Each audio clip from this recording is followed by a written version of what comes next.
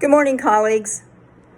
I wanted to let you know that in the last tutorial, which is the first tutorial for Module 4 within the Curriculum 304 Canvas, that I had put up a tutorial regarding a deconstruction of how to create your direct lesson. And in doing so, I had a call from Alicia, one of our wonderful colleagues, and there was a point of confusion, and I want to give her a shout out, thanking her for bringing that to my attention. So here's a shout out to Alicia. Thank you so very much. So if you would take a look, put me on pause. Maybe I'm on pause all the time, which is probably the best thing, is put me on pause, and then I'd like you to please pull up the Canvas module number 4, looking in particular at the format section where it says Social Studies Standard and Objective. Okay. What I want to speak about today is clear up any confusion that would exist. And like I said, I was not clear. And the most important thing in delivering a lesson is teacher clarity. What does the state standard, the objective, and in your visual representation of your unit of study, in direct lesson number 1, you have a sub-concept, you have a URL, and you had, the 3 facts flowing out of those URLs. What do those 3 facts have to do with your objective and have to do with your social studies standard? Great question, Alicia. I did not speak to that. Right? So, first of all, a social studies standard, like any other standard, would take a multiplicity of objectives to align to it and a multiplicity of individual lessons. It in no way can one individual objective or one lesson align and adequately teach to the entirety of the standard. There is no way. So our unit plan, the unit plan that you're doing is a very small, fragmented unit plan. Because in reality, when you're designing a unit in your student teaching experience, there would probably be 5 or 6 direct lessons, 1 or 2 cooperative group, and maybe 1 final project, maybe 2. In the context of your unit plan in your student teaching, there would be several standards that you would align to, and a huge amount of objectives.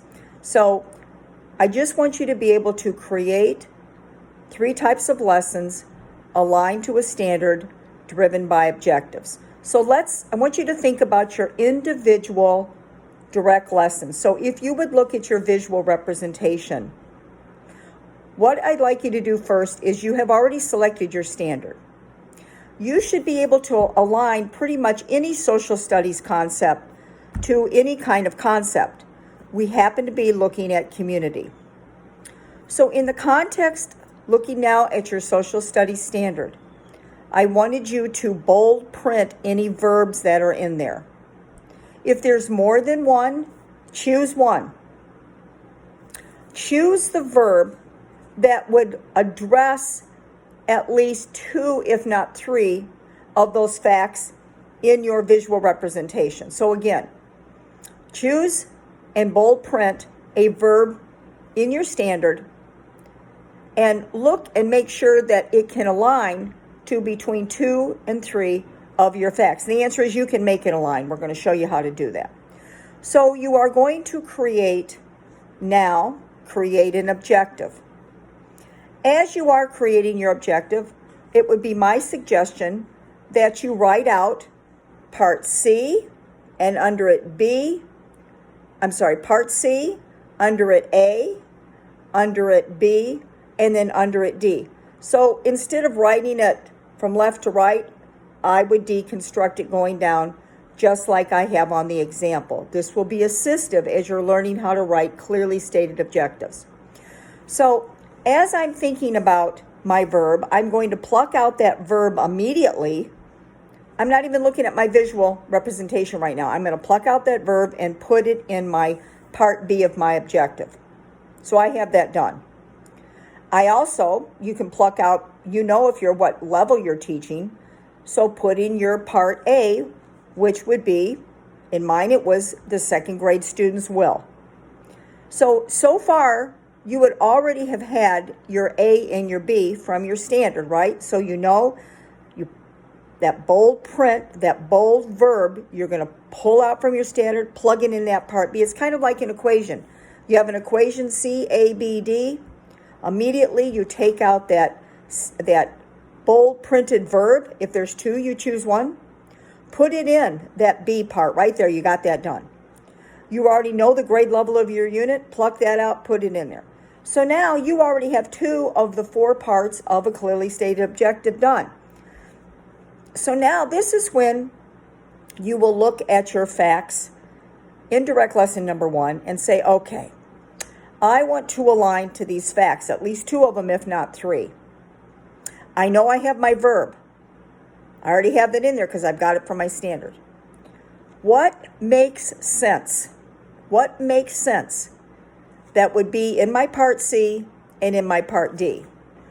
So your C and your D are reflective of those facts from your visual representation of your unit of study in the context under direct lesson number 1.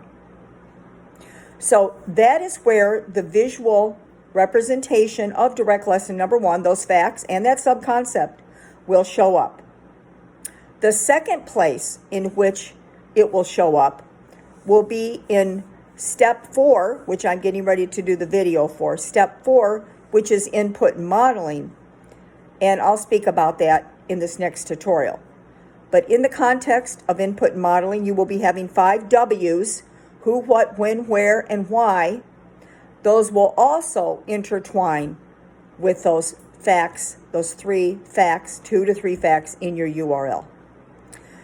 Thank you again, Alicia. And if any of you have any questions, I consider your question, if it's not clear for one of you, it's probably not clear for all of you. And if I have to make 10,000 videos, I'm willing to do it. I just appreciate you be willing to view them. So now I'm getting ready this morning to do the second tutorial and then eventually the third. And it looks like probably that first tutorial that you'll probably be starting with makes sense, right? You can't do the direct lesson without doing the format section. So I will get that to you. And if you have any other questions, I'm just working at my computer today. It's my new best friend and new worst friend at the same time. Call me, I'm available, or text me and say, hey, when can you talk? Thank you so much. Bye for now.